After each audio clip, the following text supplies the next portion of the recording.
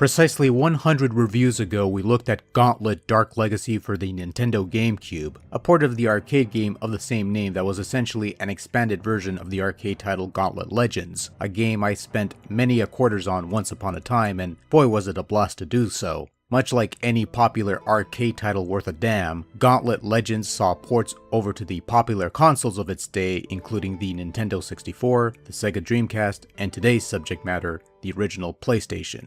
Gauntlet Legends starts off with a pre-rendered video establishing the overall premise of the game, before asking you to assume the role of one of 4 playable characters and venerable Gauntlet staples: the Mighty Warrior, the Durable Valkyrie, the Magical Wizard, and the speedy Archer.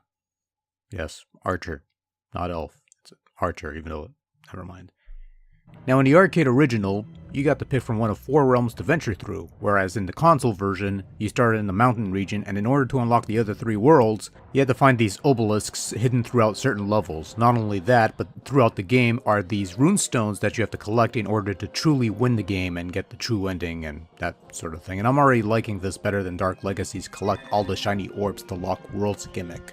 But setting those bits aside, your main goal in Gauntlet Legends is to venture forth through the various levels, fight off a bunch of grunts, collect treasures, gather keys to unlock doors and chests, and make your way to the exit at the end of the level. If there are relics to uncover, you best be served to find and collect those relics. You don't need to get these relics to clear the level, so you could skip them if you want and just go back and get them later since you could revisit levels in this version, but trust me, you'll want to get it out of the way on the first trip through because some of the levels are really long, with some lasting 2 or 3 areas that you have to play through each time you enter a level, and that's not a fun experience, I'll tell you that much right now. Because exploration is a key aspect and this is no longer an arcade title, the gradual draining of health that was a feature in Gauntlet games designed to separate players from their spare change has been removed from the console versions. This is a smart move as it allows you to take your sweet ass time traversing the levels while looking for loot to plunder. Other changes from the arcade game include being able to carry multiple items and turn them on and off at will, revisit previous stages, a shop system that lets you buy wares, and new zombie and ice levels to replace the arcade version's forest and desert levels. All of this wonderfulness eventually making its way to the updated Dark Legacy game down the pike, but that's another story we've already told 100 reviews ago. Every button on the PlayStation controller is used for some function, whether it be for a turbo boost or managing your items and menus, but really it never feels too cluttered because you only use a couple buttons at most. Gauntlet Legends might seem a bit more involved compared to its more humbled arcade predecessors, but it's still fairly simple fare. One nice thing is that the game is compatible with DualShock controllers, so you can use the analog stick to control your walking speed, used for some instances, but otherwise just a neat little feature that doesn't play a huge role in the game. Gauntlet Legends is normally a 4-player game, and if you could find 3 other people to play with, there's loads of fun to be had in a 4-player game. However, the PlayStation version is only a 2-player game since it only has 2 controller ports. While one could argue there are many multi-tap devices for the console that allows for more than 2 players, I doubt that that's the main reason why you only have 2-player support in this version. I suppose having a buddy along for the ride is not perfect and better than nothing, but still, it exposes the fact that this PlayStation version of Gauntlet Legends is not quite up to snuff. Gauntlet Legends had some really nice looking visuals in its arcade counterpart for its day. Alright, they seem primitive now and maybe even back then to a bit, but for early CG it wasn't too shabby. The same cannot be said for the PlayStation version.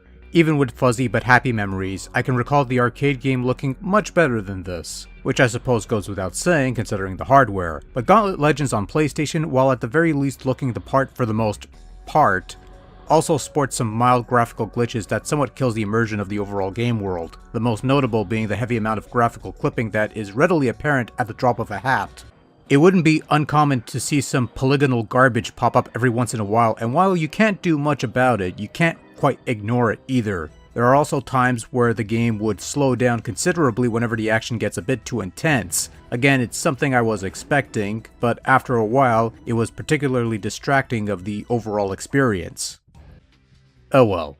At the very least, the sound quality is up to par here. This being on a CD, it pretty much uses the same music tracks as the arcade game and certainly sounds the part. You have a fair amount of voice bites for the minor actions you take, as well as some of the villainous taunts in the game. Sound design is probably the one really strong point in this PlayStation port of Gauntlet Legends, and I can't really complain all that much in that regard.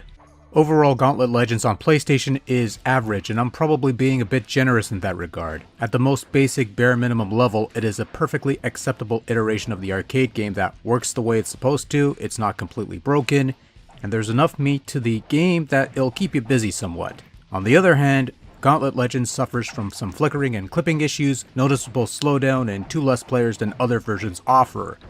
That last point being somewhat superfluous for anyone playing this game mainly as a single player experience, but Gauntlet in general has always been at its best with multiple players on hand, and, well, the more the merrier. Gauntlet Legends, as well as its updated successor Dark Legacy, is a generally good game, perhaps the one Gauntlet remake I still go back to every now and then, but this PlayStation version is not the best way to play this game.